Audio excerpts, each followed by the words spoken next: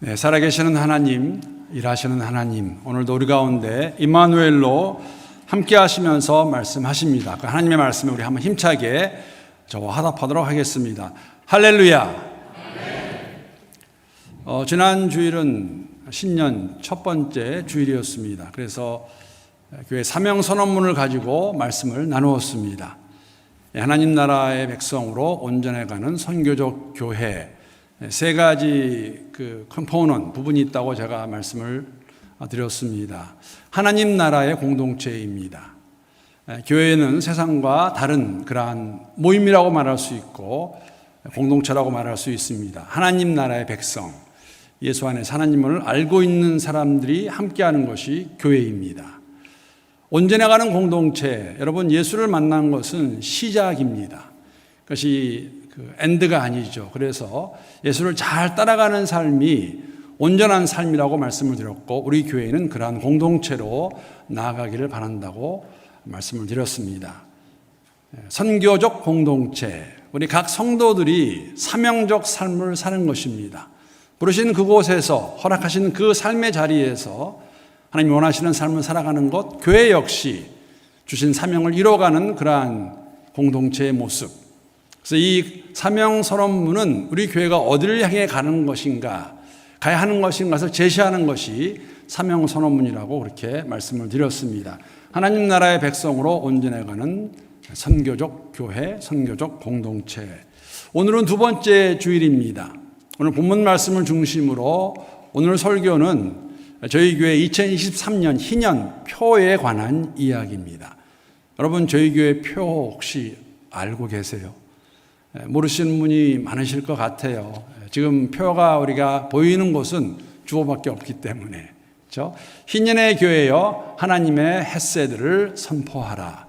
희년의 교회는 떼고 다음 거 우리 함께 저를 따라하겠습니다. 하나님의 헷세들을 선포하라. 그러니까 짧군요. 희년의 교회를 띄니까 하나님의 헷세들을 선포하라가 저희 교회 올해 표입니다. 여러분 이 표를 읽으면서 아마 우리들 가운데 어떤 분들은 눈에 이렇게 새롭게 들어오는 단어 두 개가 있으리라 생각합니다. 하나는 희년이라는 단어고 또 하나는 헷세드라는 단어일 것입니다. 왜냐하면 이 두 단어는 평상시에 잘 쓰지 않는 단어일 뿐 아니라 사실 교회 내 코너 밖에서는 거의 아마 들을 수 있는 기회가 없으리라 생각합니다. 헷세드, 히브리어입니다. 성경에서 특히 구약의 말씀 가운데 가장 중요한 단어 중에 하나입니다. 여러분들 이미 히브리어 많이 알고 계세요. 할렐루야, 여호와 이레, 여호와 라파죠. 이런 것들이 있는데 헷세드도 사실은 굉장히 중요한 단어인데 이 헷세드라는 단어는 핫사드라는 사랑하다 아니면 연모하다, 자비하다라는 뜻을 가진 단어에서 유래된 명사형입니다. 헷세드. 문맥에 따라서 구약에 보게 되면 여러 가지 우리 한국어로 번역이 될 수 있습니다. 예를 들면 열심, 친절, 은혜, 인자, 자비, 은총, 시기, 질투, 긍휼 등으로 번역될 수 있는 단어가 이 히브리어의 헷세드라는 단어입니다. 이 단어가 가장 먼저 쓰인 곳은 사용된 곳은 창세기 19장 19절입니다. 우리 19장 19절 말씀 제가 한번 읽어보겠습니다. 주의 종이 주께 은혜를 입었고 주께서 큰 인자를 내게 베푸사 내 생명을 구원하시오나 내가 도망하여 산에까지 갈 수 없나이다. 두렵건대 재앙을 만나 죽을까 하나이다. 여러분 이 구절 안에 조금 우리가 추측할 수 있는 상황이 있죠. 내가 산에까지 갈 수 없다라는 그 내용 가운데서 이 말씀의 배경은 하나님의 천사가 하나님께 천사를 보내어서 소돔과 고모라에 살고 있던 롯에게 미리 말씀해 주십니다. 내가 소돔과 고모라를 불러 심판하겠다. 너희는 도망가라 라고 말씀하실 때에 하나님 천사를 보내어서 보여주신 이 19절 말씀 보게 되면 큰 인자가 헷세드라는 단어입니다. 헷세드라는 단어의 원래 의미를 보게 되면 이러한 내용이 담겨져 있습니다. 헷세드는 언약 백성인 이스라엘을 향한 하나님의 흔들리지 않는 사랑을 의미합니다. 하나님께서 언약을 맺어 선택하시고 세우신 하나님의 백성을 결코 버리지 않고 끝까지 신실하게 보호하시고 사랑하시겠다는 그 의미가 담겨져 있는 단어. 그래서 하나님께서 롯에게, 아브라함의 조카 롯에게 천사를 보내어서 미리 말씀해 줍니다. 너희들 도망가라. 이 불이 임할 것이다. 신약에서 여러분, 우리가 물론 이런 질문을 할 수 있어요. 왜 하나님이 롯에게 헷세드를 보여주셨을까? 택한 백성이기 때문에. 사실 헷세드라는 구약의 단어에 신약에 동일한 단어가 있다면 은혜입니다. 하나님의 은혜. 하나님께서 우리 인간에게 보여주신 조건 없는 사랑, 이것을 우리가 은혜라고 부릅니다. 여러분, 그러면 이런 질문 가질 수 있으세요. 왜 그러면 하나님의 헷세드를 선포하라 하지 말고 하나님의 은혜를 선포하라 하면 되죠? 갑자기 이렇게 헷세드를 거기다가 표에 집어넣었을까? 물론 두 가지 큰 이유가 있습니다. 첫 번째 이유는 저는 희년을 맞이하는 우리 교회가 이 할렐루야나 아멘 이런 것을 알고 있듯이 헷세드란 단어도 오래 반복해 사용할 텐데 좀 잘 이해했으면 좋겠다는 그러한 의미가 담겨 있고, 또 하나는 여러분 헷세드, 하나님의 은혜, 인자, 친절, 열심, 자비, 긍휼, 하나님의 질투하시는 하나님 헷세드입니다. 하나님은 자신보다 더 사랑하는 그것이 있으면 질투하신다고, 질투하신 하나님이라고 말씀하시죠. 하나님의 헷세드를 알고 있다, 또 경험했다 고백하는 저희들의 삶의 모습 속에서 교회의 사역 가운데, 성도들의 모습 가운데 이 하나님의 헷세드를 흘려보내는 실질적인 모습이 친절과 자비와 또 이해로 또 봉사로 섬김으로 나타나는 그러한 교회가 되기를 원하는 마음을 담아 만든 표가 희년의 교회여 하나님의 헷세드를 선포하라입니다. 여러분, 희년은 특별한 해가 맞습니다. 제가 토요일날 새벽에도 잠깐 말씀을 드렸는데, 만약에 멜번 한인교회가 내 교회라면, 우리 교회라면, 그리고 이 교회에서 계속 믿음의 정을 걸어간다면 이렇게 말씀드릴 수 있어요. 평생에 한 번 맞이하는 것이 희년입니다. 50년마다 오는 것이기 때문에. 1부에는 거의 없으셨어요. 2부에는 좀 더 많으신 것 같아. 오늘 함께 희년을 맞이하면서 예배를 드리는 우리 가운데에 또 다른 희년을 맞이할 분들이 많지 않으세요. 30대 중반, 40대 초반까지도 다시 맞을 수 있을지 모르겠습니다. 그러나 적지 않은 분들은 평생 한 교회에서, 한 지역교회에서 믿음의 정 걸어 가운데 딱 한 번 맞이할 수 있는 것이 희년입니다. 여러분, 그런 의미에서 희년은 굉장히 특별한 해인 것이죠. 이 희년, 사실 희년이라는 단어도 말씀드린 대로 굉장히 생소한 단어가 될 수 있습니다. 레위기에서 25장에 그러한 나오는 말씀을 제외하고는 희년의 말을 쓰지 않거든요. 저희도 50년이 돼가면서 이 단어를 쓰기 시작했습니다. 희년을 맞이하는 교회. 사실 희년이라는 단어 그 자체가 기독교 용어인 걸 제가 알 수 있는 것이 무엇이냐면, 성경 사전이 아니라 일반 국어 사전에 보게 되면 희년을 이렇게 정의 내립니다. 올려주시죠.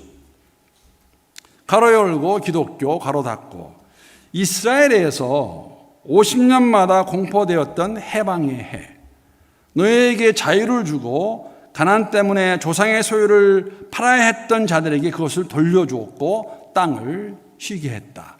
여러분, 이 정의는 어디에 근거를 둔 것일까요? 오늘 본문 말씀에 근거를 둔 것입니다. 오늘 본문 말씀 10절 11절 말씀입니다. 우리 두 구절 함께 읽겠습니다. 자, 시작. 너희는 50년째 해를 거룩하게 하여 그 땅에 있는 모든 주민을 위하여 자유를 공포하라. 이 해는 너희에게 희년이니 너희는 각각 자기의 소유주로 돌아가며 각각 자기의 가족에게로 돌아갈지며, 그 50년째 해는 너희의 희년이니 너희는 파종하지 말며 스스로 난 것을 거두지 말며 가꾸지 아니한 포도를 거두지 말라. 희년입니다. 그러니까 오늘 제가 조금 전에 말씀드린 우리 국어사전의 희년의 정의가 이 구절에, 이 말씀에 근거를 둔 것이죠. 우리가 공동체 안에서도 이 희년을 자주 사용하지 않습니다. 왜냐하면 희년이 이렇게 자주 돌아오지 않거든요. 50년 만에 한 번 돌아오는 해. 희년을 영어로는 주빌리라고 부릅니다. 사실 주빌리라는 그 단어의 의미는 뭐냐면 환희, 축제를 포함하고 있는데 오늘 본문에서도 사실 주빌리라고 부르는 게 맞고 주빌리라는 그 단어 자체가 사실은 히브리의 단어를 음역한 것입니다. 오늘 9절 말씀 보게 되면 이 희년이 시작할 때 어떻게 시작됐나 기록하고 있습니다. 제가 읽어보겠습니다. 다시 한번.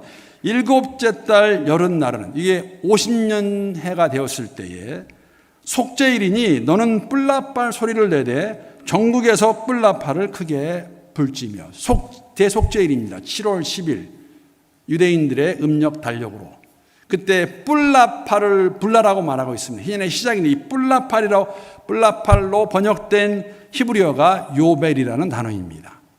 요벨. 요벨을 음역한 영어 단어가 주빌리입니다. 그리고 희년도 한문으로 보게 되면은 복희와 해년자를 써서 정말 복된 해, 축제의 해,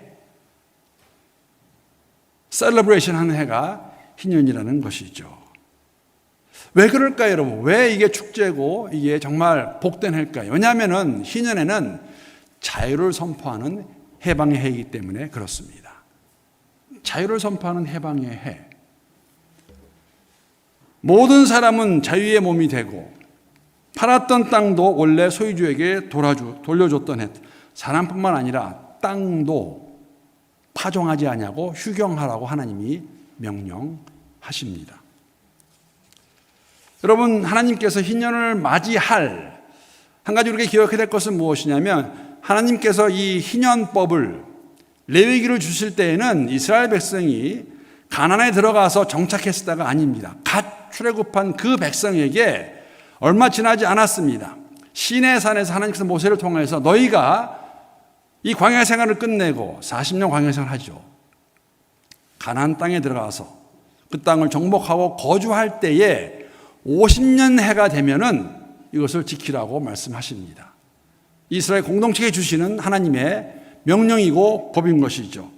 공동체 안에서 50년이 되면 서로의 빛을 탕감해주고 서로의 땅을 돌려주고 그리고 땅도 그 해는 파종하지 마라, 휴경하라고 말씀하십니다. 여러분 이거를 곰곰이 생각해 보게 되면 물론 아직 가나안 땅에 들어가지도 않았고 이제 광야 생활을 막 시작할 것입니다. 그런데 그들의 생존과 관련된 것이죠. 여러분 농사도 짓지 않는다면 무엇으로 먹겠습니까? 아니 내가 어떻게, 물론 지금 상황에서는 있지 않아요. 내가 어떻게 마련한 땅인데 이 땅을 다 돌려주라고? 내가 어떻게 얻은 노예들인데 돈 주고 산 종들인데 이를 다 풀어주라고, 돌아가게 하라고? 라고 생각하게 되면 사실은 쉽지 않은 법이 희년법입니다. 하나님 그렇게 말씀하시는 것이죠. 여러분 이런 법을 실행할 수 있을까요? 그러한 이스라엘 백성의 마음을 그 누구보다도 잘 아는 사람이 누구일까요? 하나님이세요. 하나님 그래서 이렇게 말씀하십니다. 사실 레위기 25장은 안식년과 희년에 대한 내용을 자세하게 다루고 있습니다. 우리가 오늘은 제가 17절까지 읽었지만 오늘 보면 바로 다음에 나오는 18절, 19절을 보게 되면 하나님께서 이스라엘 백성에게 다시 한번 확인해 주시고 약속해 주십니다. 작게는 안식년과 희년을 지키는 것이지만 그러나 출애굽한 그들에게 하나님께서 이렇게 다시 한번 확인해 주시죠. 18절 말씀, 19절 말씀 함께 읽어보겠습니다. 자, 시작. 너희는 내 규례를 행하며 내 법도를 지켜 행하라. 그리하면 너희가 그 땅에 안전하게 거주할 것이라. 땅은 그곳에 열매를 내리니 너희가 배불리 먹고 거기 안전하게 거주하리라. 라고 약속하세요. 이 약속을 먼저 경험한 것이 어디냐면 광야 생활입니다. 여러분 출애굽의 사건을 저희들이 너무나 잘 알고 있지 않습니까? 여러분 이스라엘 백성들은 400년 동안 애굽에 있으면서 정말 오합지졸 같은 민족이라고 말할 수 있어요. 그들이 가진 게 무엇이 있고 군사가 어디 있고 무기가 어디 있고 재물이 어디 있습니까? 그러한 그들을 출애굽시키셔서 홍해를 건너가게 하시고 40년 광야 생활 동안에 여러분 이스라엘 백성이 그렇게 서바이브 할 수 있었던 것은 무엇이에요? 하나님이 다 공급해 주셨습니다. 그것을 공급하시는 가운데 보고 깨닫기 원하셨습니다. 그래서 가나안 땅에 들어가서 살 때에 50년이 되면 희년을 지켜라. 자유를 선포하라. 노예들을 풀어줘라. 땅을 돌려주어라. 경작도 하지 마라. 내가 다 어떻게 하시겠다고요? 채우시겠다고 말씀하십니다. 어쩌면 오늘 보면 바로 전에 나오는 안식년의 내용을 말씀하신 다음에 희년을 얘기하시는데, 안식년은 7년마다 가지는 해였습니다. 그런데 하나님이 벌써 안식년을 지킬 것을 말씀하시면서 이렇게 구체적으로 어떻게 채우실 것인 것을 말씀하세요. 그것이 바로 조금 전에 읽은 그 다음에 나오는 25장 20절에서 22절까지의 내용입니다. 굉장히 구체적입니다. 안식년을 지키게 될 때에, 안식년 때도 파종할 수 없습니다. 휴경해야 됩니다. 하나님 이렇게 말씀하십니다. 만일 너희가 말하기를, 그 말을 들은 이스라엘 백성들이 이제 질문하는 것이죠. 우리가 만일 7째 해에 심지도 못하고 소출을 거두지도 못하면 우리가 무엇을 먹으리요 하겠으나, 내가 명령하여 6째 해에 내 복을 너희에게 주어 그 소출이 3년 동안 쓰기에 족하게 하리라. 너희가 8째 해에는 파종하려니와 묵은 소출을 먹을 것이며 9째 해에 그 땅의 소출이 돌기까지 너희는 묵은 것을 먹으리라. 안식년을 지낼 때 6년까지, 6째 해는 때까지 파종하고 소출을 먹지만 안식년 때는 파종할 수 없습니다. 그럼 하나님께서 6번째 해 됐을 때 그들을 복을 주시고 땅을 복을 주셔서 그 6번째 해의 소출은 3년을 먹을 수 있도록 하나님께서 공급하시겠다고 말씀하십니다. 그런데 이 내용은 여러분 사실 희년에 해당하는 내용이라고 말할 수 있어요. 희년은 안식년을 7번 지나고 난 다음 50번째, 50년 되는 해가 희년입니다. 안식년 되는 7년째 파종할 수 없습니다. 8년째, 희년 때도 파종할 수 없습니다.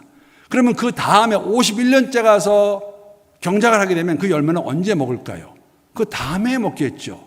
그러면은 77에 49, 49년째 파종하지 못하고 50년째 파종하지 못하고 새로운 51년째 파종해서 3년을 어떻게 보면은 묵은 소출을 먹다가 그 다음 해가 되면 하나님이 그 땅으로부터 나오는 열매를 맺게 하실 것입니다.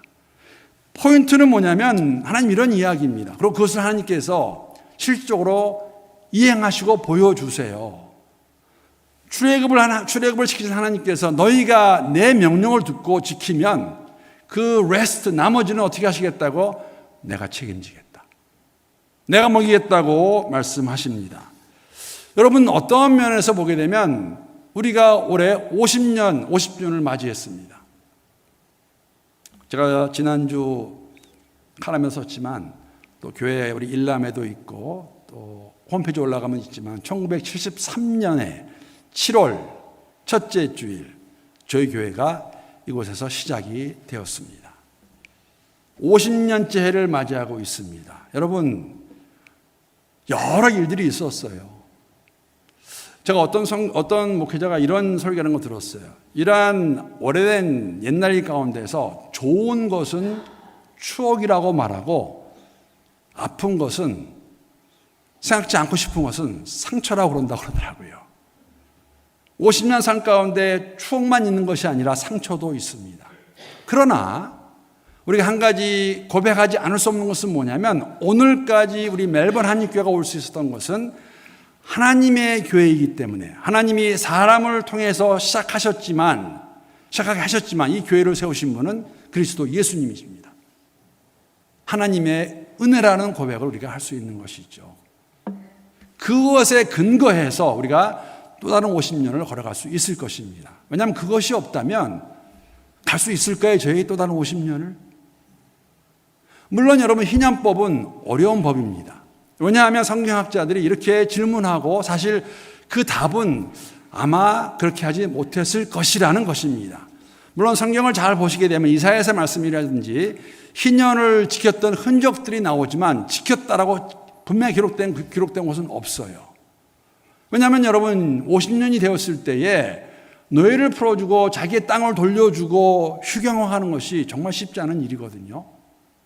근데 하나님 말씀하셨고, 그러나 정말 복된 소식은 예수님께서 이 희년이 이루어졌음을, 그렇게 완성됐음을 저희들에게 말씀해 주십니다. 신약에 와서 예수님이 선포하십니다. 마가복음에 있는 내용, 누가복음에 있는 내용입니다. 누가복음 4장 17절에서 19절까지의 말씀.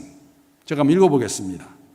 예수께서 그 자라나신 곳 나사렛에 이르러 안식일에 늘 하시던 대로 회당에 들어가서 성경을 읽으시고 서심해 선지자 이사야의 글을 드리거늘 책을 펴서 이렇게 기록된 데를 찾으시니 곧 우리 함께 18절 19절 말씀 읽겠습니다. 시작. 주의 성령이 내게 임하셨으니 이는 가난한 자에게 복음을 전하게 하시려고 내게 기름을 부으시고 나를 보내사 포로된 자에게 자유를 눈먼 자에게 다시 보게 함을 전파하며 눌린 자를 자유롭게 하고 주의 은혜의 해를 전파하게 하려 하심이라 하였더라. 희년의 내용입니다. 이사야서 61장의 말씀을 가지고 늘 하시던 대로 회당에 들어가서 그 두루마기를 받아서 읽으시고 난 다음에 덮으시면서 뭐라고 말씀하셨을까요? 이 말씀이, 이 글이 너희 귀에 응하였다고 선포하십니다. 이루어졌다 라고 말씀하시는 것이죠.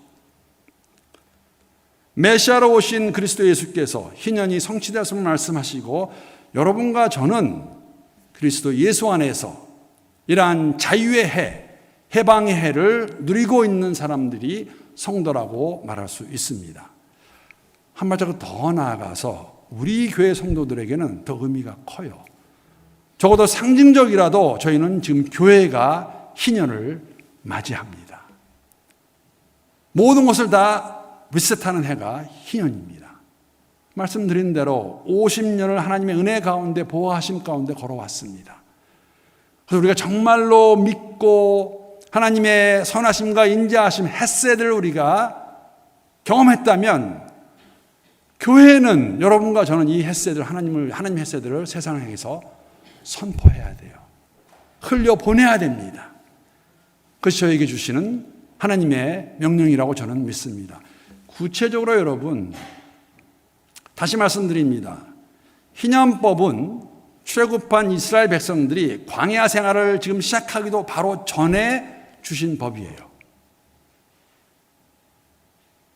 한편으로는 이스라엘 백성들이 하나님의 일하심을 경험하는 가운데에 광야 생활을 끝내고 가나안 땅에 들어갔을 때에 그 하나님을 기억하고 50년이 되었을 때에는 말씀하신 대로 땅을 다 돌려주고 노예들을 다 풀어주고 이러한 자유해가 선포되었어야 되는데 모르겠습니다. 확인할 수 없습니다. 그러면 그리스도 예수 안에서 희년이 성취되었다고 그 예수를 믿고 살아가는 여러분과 제가 이스라엘 백성들과 같이 만약에 지키지 못했다면 그것을 피해갈 수 있는, 범하지 않을 수 있는 삶의 모습, 무엇을 말하고 있는가? 구약의 레위기 25장의 희년법이 오늘 저와 여러분에게 무슨 상관이 있습니까? 이거 어떻게 적용합니까? 여러분 50년 됐습니다. 사신 땅 다 돌려주세요. 원주인에게. 적용이 아니죠. 그렇게 할 수 없습니다. 이렇게 주시는 데는 우리가 배경을 봐야 되는 게 맞습니다. 그리고 적용을 해야 되죠. 희년의 정신으로 살아가는 교회, 성도들 삶의 모습 가운데는 어떠한 모습이 있어야 되냐면 여러분 가장 기본적인 것이에요. 다시 말씀드립니다. 희년의 정신으로 살아가는 성도, 공동체의 삶의 첫 번째 실질적인 모습은 기록된 하나님의 말씀을 하나님 말씀으로 받아들이고 믿고 전적으로 신뢰하는 삶입니다.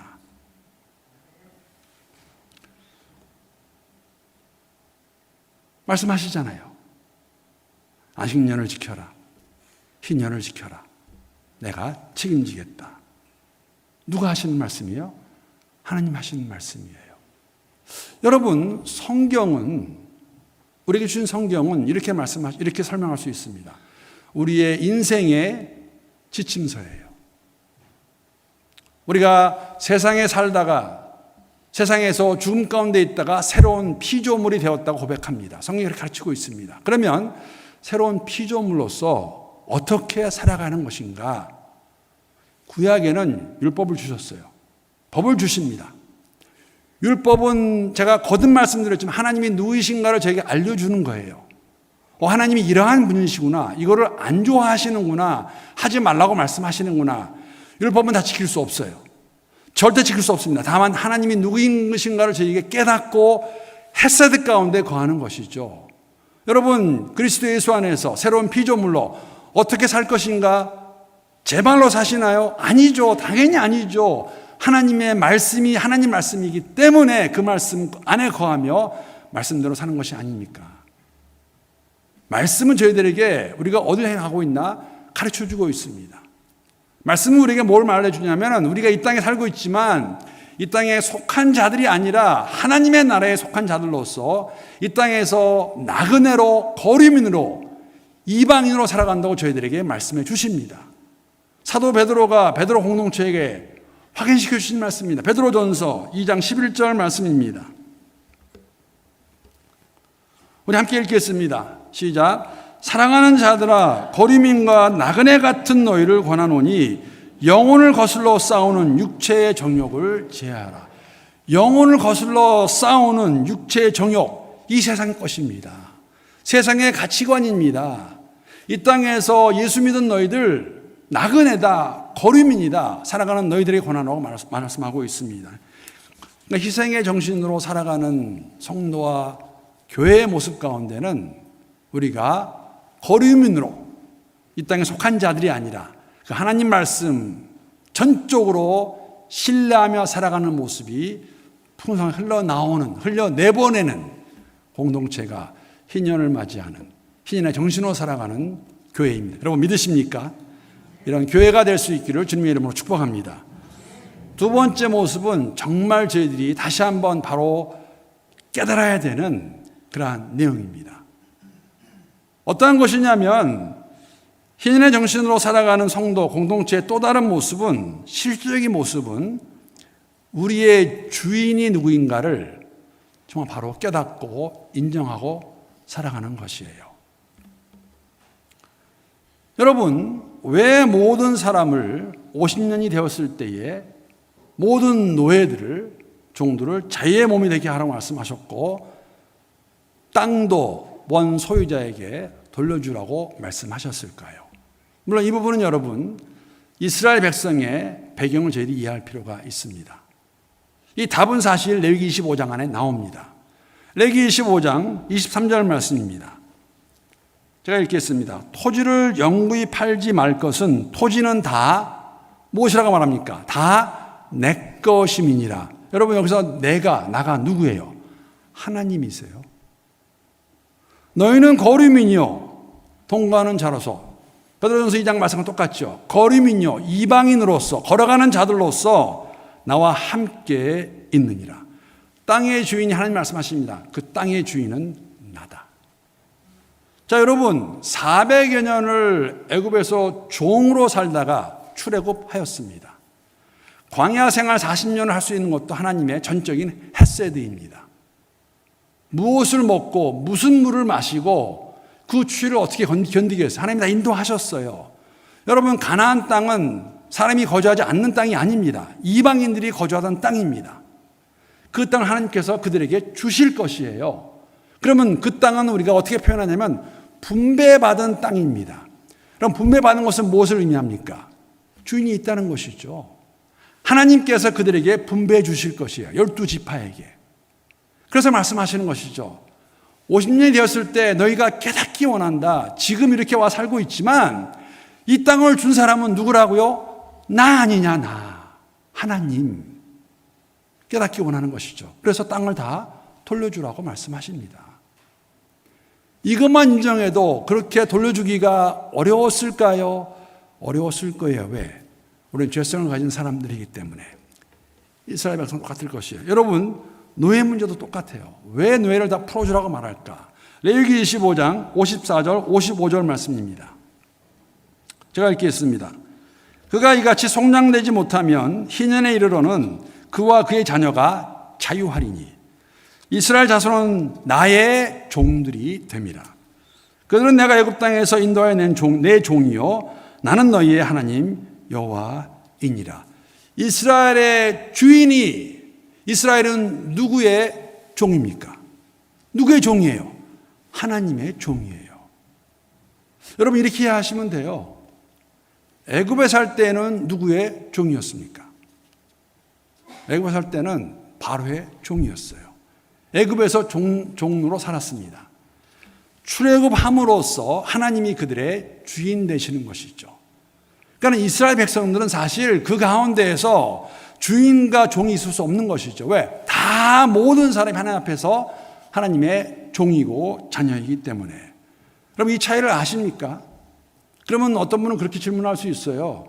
애굽에서 종로로 타는 거나 하나님의 종이나 다 종인데 뭐가 도대체 다르다는 거냐? 애굽에서 종으로 살면 그 마지막은 멸망이에요. 그대로 죽으면 끝입니다. 하나님의 종으로 살면 그 마지막이 무엇입니까? 영생이에요. 영원한 복입니다. 여러분, 노예를 풀어주고 땅을 돌려주는 사건은 무엇을 의미하냐면 적어도 오늘 그리스도 예수 안에서 희년을 맞이한 교회로서 희년의 정신으로 살아가는 여러분과 제게 주신 도전이 뭐냐면 정말 내 삶의, 우리의 삶의 주인이 하나님이신가? 그리스도 예수이신가? 라는 것입니다. 마지막으로 희년 정신으로 살아가는 실질적인 삶의 모습은 여러분 주 안에서 안식하고 휴식하는 것입니다. 다시 말씀드리면 제가 시작부에서 말씀드렸지만 이 희년법이 아니 레위기가 주어진 시기는 출애굽한 지 지금 얼마 지나지 않았어요. 몇 개월 지나지 않았습니다. 하나님이 이들에게 미리 말씀해 주시는 것입니다. 희년법은 언제 완성이 될 수 있냐면 가나안 땅에 들어가서 50년이 지나고 난 다음에 이 말씀을 기억하고 행했을 때 이루어질 제도입니다. 지금은 사실은 의미가 없어요. 왜? 가나안 땅에 들어가지 않았거든요. 그런데 여러분 이 말씀 가운데서 희년법을 통해서 우리가 알 수 있는 것은 뭐냐면 사실 하나님께서 출애굽시키실 때에 사실 모세가 바로에게 가서 내 백성을 보내라고 말했을 때에 무엇이라고 말하는지 아십니까? 하나님 말씀하시는 내 백성을 광야에 가서 제사 지내게 하라라고 제사 지낼 수 있도록 보내라고 말씀합니다. 그래서 하나님이 가장 이스라엘 백성에게 원하신 것이 뭐였냐면 매일매일의 삶 속에서 이스라엘 백성들에게 아침과 저녁으로 제단을 쌓을 것을 말씀하셨습니다. 하나님이 하나님 되심을 인정하는 것이죠. 그리고 6일이 지나고 7일째가 되면 안식일 때가 되면 어떻게 합니까? 너희는 안식일을 기억하여 거룩하게 지키라. 매일같이 제단을 쌓던 이스라엘 백성들 공동체가 7일째가 되면 하나님의 창조 원리에 따라서 하나님 말씀하신 대로 안식일로 쉬어야 됩니다. 휴식해야 됩니다. 그리고 이것이 반복되다가 매년 반복되죠. 52주가 지났어요. 6년을 그렇게 보내고 난 다음에 7년째가 되면 그 한 해 파종하지 말라. 안식하라고 말씀하시고 7년의 안식년 7번이 반복되면 그 다음 50년째 해가 희년입니다. 무슨 의미냐면 매일 아침 저녁으로 제단을 쌓고 매주 안식일을 지키고 매 7년마다 안식년을 지키고 이것이 7번이 반복이 되면 희년을 맞이하는데 그냥 그대로 살다가 내 마음대로 살다가 희년이다가 아니라 돌아가서 안식년을 지키고 안식일을 지키고 매일의 삶 속에서 하나님과의 교제 가운데 정말 안식하고 휴식을 느끼는 사람, 하나님과의 교제가 있는 사람이 희년의 정신으로 살아가는 성도라고 말할 수 있겠죠. 희년을 맞이하는 저희 교회, 이스라엘 백성이 주신 희년법을 통해서 주신 말씀이 있습니다. 여러분, 오늘 말씀 준비하면서 다시 한번 깨달은 게 뭐냐면 이렇게 보시면 될 것 같아요. 이스라엘 백성들의 40년 광야 생활 가운데 하나님이 매일같이 행하신 일이 있습니다. 매일같이. 안식일만 빼고. 그것이 무엇입니까? 하나님이 만나를 주십니다. 매일 이른 아침에 만나를 주셨습니다. 만나를 가져갈 수 있는 어마운트는 그 양은 딱 하루 먹을 수 있는 양이에요. 근데 하나님 굉장히 센스 오브 휴머가 있으시죠. 6일째 되는 날, 안식일이 시작되는 그 날 아침에는 안식일은 저녁이 시작되기 때문에 이틀을 먹을 수 있는 만나를 허락해 주셨습니다. 괜찮다고 말씀해 주세요. 여러분, 이러한 삶을 살면서 이스라엘 백성들이 정말 깨달아야 되는 것이 있었다면 무엇이 있을까요? 주기도문의 내용 똑같은 거예요. 우리에게 예수님이 제자들에게 가르쳐 주신 기도의 내용입니다. 우리에게 일용할 양식을 주시옵고 데일리 브레드입니다. 신인의 정신으로 살아가는 성도 공동체 모습 가운데는 여러분 매일매일의 삶 속에서 하나님과 깊은 교제가 있는, 그래서 우리가 안식이라고 말하고 휴식이라고 말할 수 있습니다. 그 안에서 이러한 삶을 살아가는 여러분과 저, 우리 교회가 될 수 있기를 주님의 이름으로 축복합니다. 희년을 말씀 마칩니다. 이렇게 말할 수 있어요. 희년은 모든 것이 다 리셋되는 해입니다. 리셋.